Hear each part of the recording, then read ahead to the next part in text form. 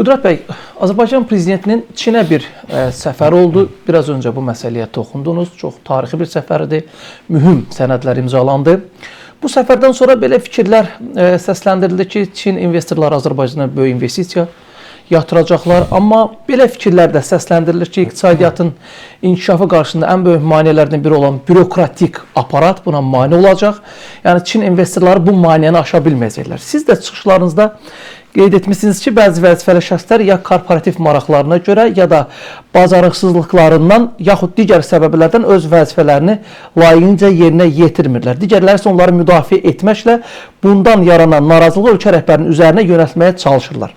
İnkişaf etmiş ölkələrdə buraxılan səhvlərə görə insanlar əziyyət çəkirsə, müvafiq vəzifəli şəxslər məsuliyyətdən qaçmır, dərhal sakinlərdən üzr istəyir, problemin həlli üçün konkret addımlar atırlar.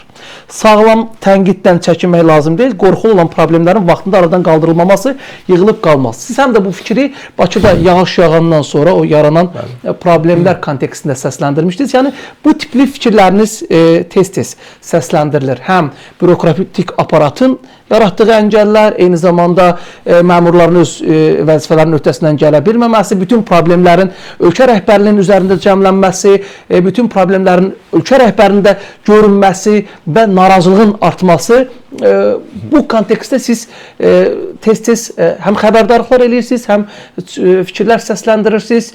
Niyə belə olur? Niyə məmurlar öz işlərini vicdanla, layiqincə yerinə yetirmirlər və niyə hər kəs əlini daşın altına qoymur? Öz, deyək ki, sinəsini qabağa verib, bu mənim qəbahətimdir deyib, ölkə rəhbərinin, deyək ki, bu məsuliyyətdən azad etmir. Sizcə, nə baş verir ölkədə? Bunun üçün nə lazımdır? Turab bəy, çox sağ olun ki, mənim o fikirlərimi burada oxudunuz, təkrar səsləndirdiniz. Doğrudan da indi bax, mən tamaşaçılara da müraciət edirəm, elə bizim o məmurlara da müraciət edirəm. İndi prezident deməlidir ki, gedin körpüyün altına biraz güclü nasos qoyun ki, o suyu çəkib oradan kənara vura bilsin. Yəni birinci dəfə su basandan ikinci dəfə su basmanın arasında bir 6 ay vaxt keçib və bu 6 ay ərzində bax belə daş üstünə qoyun. Mən sizə əminəm ki, hətta icra başları səviyyəsində belə hansısa bir iş adamından xahiş olsaydı ki, gəl bu problemin həllinə kömək elə, onlar bunu eləyərdi. Amma gözləyirlər ki, bilirsiniz, milyardlarla vəsait ayrılsın və bunlar nəinki, belə deyək də, o vəsaitlərdən əlavə pul qazansınlar, nəinki özləri 5 manat olsun pul xərcləməsinlər. İndi söyləyirlər ki, şəhərdə çoxlu binalar tikilib, kanalizasiya sistemi bu suyu götürür. Və sanki bunda bilirsiniz, bir qeyri-müəyyən bir insanlar qəsdən buna deyirlər də, buna görə məsuliyyət daşıyır. Yaxşı, o icazələri kim verib, o icazəni verəndə? Hansı məmur verib? Və siz niyə bunu hesablamamısınız? Deməli, sən çıxıb deməlisən ki, bəli, biz sizdən, ay vətəndaşlar, üzr istəyirik. Vaxtında nəzərə almamışıq, hesablanmamışıq. Hesablanmamışıq ki, bu qədər tutaq ki, burada yeni bina tikilsə, bu kanalizasiya sistemi bu suyu götürə bilər və indi də böyük bir problemlərlə üzləşmişik. Axı bu, dediyim kimi də, məsuliyyətsizliyə görə də məsuliyyət daşıyan adam var və onu söyləmişəm ki, yəni, bunlar bilirsiniz necədir? İstəyirlər sanki bu ölkədə nə baş verirsə, ona görə prezident məsuliyyət daşısın, birinci vitse-prezident məsuliyyət daşısın. Heç kim çıxıb ortaya demir belə ki, olmamalıdır. Əlbəttə belə olmamalıdır. Mən də onu demişəm ki, İcra başının öz məsuliyyəti var, nazirin öz məsuliyyəti var, zəhmət çəkib hər kəs öz məsuliyyətini daşımalıdır. Çıxmalısınız birinci, bu hadisə çalışmalıydınız olmasın ikinci. İkincisi, yenə də heç nə eləməmişsinizsə, bu olubsa, ən azından çıxıb cəmaatı sakitləşdirmək lazımdır. Əhalidən üzr istəmək lazımdır və demək lazımdır ki, biz bu prosesin artıq başladıq icrasına. Yəni, başladıq bu prosesin icrasına. Amma biz bunu görmürük və dolayısıyla biz görürük ki, bəzən bir məmurun, hansısa bir məmur tənqid olunanda onun müdafiəsinə daha çox adam qalxır. Nəinki tutaq ki, prezident tənqid olunanda onun müdafiəsinə və narazılığı sanki yönəldirlər. Mən də bunu çıxıb demişəm ki, yox, belə deyil. Konkret sahəyə cavab deyilsənsən və sən vəzifəndir və sən buna görə məsuliyyət daşımalısan, ya üzr istəməlisən, əgər nəticələr çox ağırdısa, hətta istefa verməlisən. Doğru. İndi prezident qəbul eləyər, başqa məsələ, qəbul eləməz O başqa dövlət məsələ. başçısının səlahiyyətli olan məsələ. Xalqın qabağında çıxmalısan. Deməlisən ki, cənab prezident, bu istiqamətdə sizin etimadınızı doğrulda bilmədik. Mən yanlışlıqlara yol vermişəm və buna görə də mən istefa verirəm. Prezident deyər ki, yox, qal işlə, qalıb işləyərsən. İstefanı qəbul eləyər, gedərsən istefaya, daha bacarıqlı bir adam təyin olunar həmin vəzifəyə. Yavaş-yavaş bilirsiniz, biz indi gənc dövlətik, amma bu inkişaf etmiş dövlətlərin təcrübəsi gözümüzün qabağındadır. İndi informasiya texnologiyaları əsridir. Biz bütün dünyada baş verən prosesləri izləyirik. Başqa dövlətlərdə məmurlar özlərini necə aparırlar bu cür hallarda. Bax, mən yeri gəlmişkən deyirəm, indi bizi həmişə çox vaxt qınayırlar ki, biz ancaq tənqid eləyirik. Yəni tənqidi çıxışlar səsləndiririk. Əlbəttə, müxalifətin işi daha çox nöqsanları göstərməkdir. Amma biz həmişə şəxsən bizim partiya biz müsbət işləri də qeyd eləmişik. Məsələn, o yağış yağan günlərdə həm Daxili İşlər Nazirliyinin əməkdaşlarının, həm Fövqəladə Hallar Nazirliyinin əməkdaşlarının biz fədakarlığına gördük. O yağışlı havada öz vəzifələrini çalışırdılar, vicdanla, ləyaqətlə yerinə yetirsinlər.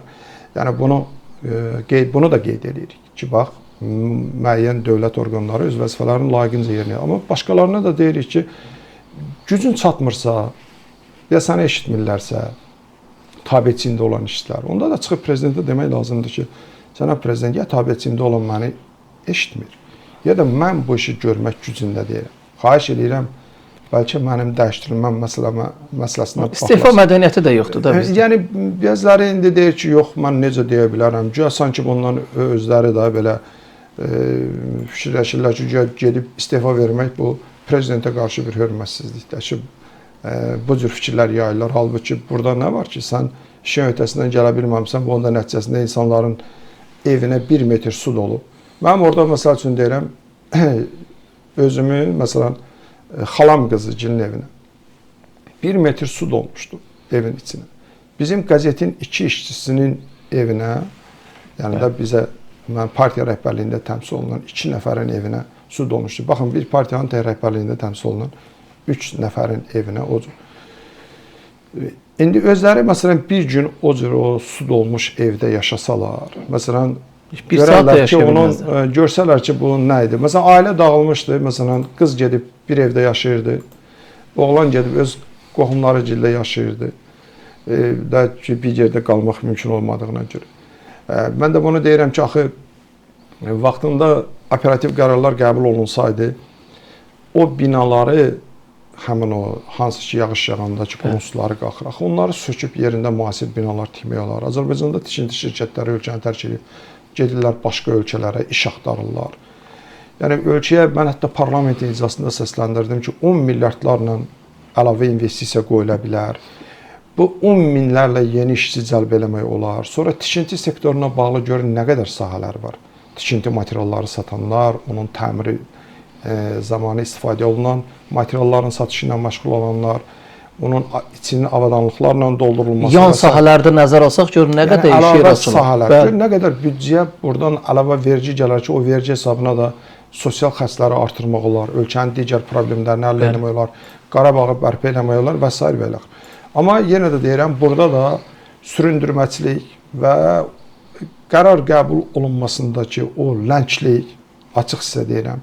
Yəni, müsahibəmdə də söyləmişdim, hamı gözləyir ki, bilirsiniz, prezident buna göstəriş versin. Yəni, prezident axı... Təşəbbüskarlıq da yoxdur da. Təşəbbüskarlıq çox, varsa da çox azdır. Azdır. Sanki təşəbbüslə çıxış eləməkdən çəkinirlər, bilirsiniz, axı, təşəbbüskarlıq həm də məsuliyyət yaradır da. Eyni zamanda cəsarət tələb edir. Həm məsuliyyət yaradır. Bilirsiniz niyə? Məsuliyyət yaradır ona görə ki, sabah uğursuzluğa görə sən gəlib cavab verəsən. Doğru. Ona görə də hamı oturub gözləyir ki, prezident belə deyək də buna desin ki, get falan iş elə. Prezident bütün sahələri... Alamayanda desin ki, prezident demişdi da, mən neyim? Prezident bütün sahələri bilməz. Prezident eyni zamanda tutaq ki, həm təhsili, səhiyyəni, elmi, kənd təsərrüfatını, nə bilim, ekologiyanı və s. və ilə axırda bilə bilməz axı, yaxud təhlükəsizliklə bağlı. Bunun vaxtı da yoxdur ki. Və s. Yəni, hərə öz sahəsi üzrə gəlib deməli ki, cənab prezident, bax, bu işləri görsək, ölkədə sabitlik qorunar. Bu işləri görsək təhlükəsizlik təmin olunur. Bu işləri görsək kənd təsərrüfatı inkişaf eləyər, nə bilim mədəniyyət inkişaf eləyər. Tutaq ki, metallurgiya inkişaf eləyər, nə bilim sənaye inkişaf eləyər, neft sektoru, qeyri-neft sektoru inkişaf eləyər. Sən getməlisən. Axı bir şəxs bütün sahələri bilə bilər. Yox. Onun üçün də mən sizə deyirdim ki, bizim hökumətdə çatışmayan həm də təşəbbüskarlığın az olmasıdır. Bunun da bir səbəbi yenə də dediyim kimi o məsuliyyətdən qorxmaq, məsuliyyətdən çəkinmək və hamı dəftər əlində gedib gözləyir ki, bunu nə vaxt çağırsalar, dəftər alsın əlinə, getsin, başını salsın aşağı, prezident tapşırıq versin, bu da o tapşırıqlar gəlsin, indi bacardığı səviyyədə icra eləsin. O istefa ilə bağlı fikirlər səsləndirdiniz. Mən xatırlayıram, pandemiya dövründə Türkiyədə belə bir qərar qəbul olunmuşdu. Daxili İşlər Nazirliyi, oranın İçişləri Bakanlığı belə bir qərar qəbul etmişdi. Qapanma ilə bağlı, 3 gün qapanma və həmin gün o mağazalar bağlanacaqdı, bir basabas olmuşdu və çox ciddi bir skandal yaşanmışdı, problem yaranmışdı və Türkiyənin o zamanki Daxili İşlər Naziri Süleyman Soylu bütün məsuliyyət götürdü üzərinə. Dedi ki, bunu mən etmişəm, qərarı mən vermişəm, xalqdan üzr istədi və istefa verdi. Amma Türkiyə prezidenti Rəcəb Tayyip Erdoğan istefanı qəbul etmədi. Dedi ki, mən bu istefanı qəbul etmirəm, bu səhvdir, bu yanlışdır, bu yanlışı biz düzəldəcəyik, bir də Daxili İşlər Naziri belə səhvlər etməyəcək. Yəni, bu gün istefa vermək o demək deyil ki, səni elə işdən çıxaracaqlar. Dediyiniz kimi, sən istefa mədəniyyəti göstər, qoy dövlətin başçısı bunu qəbul etməsin.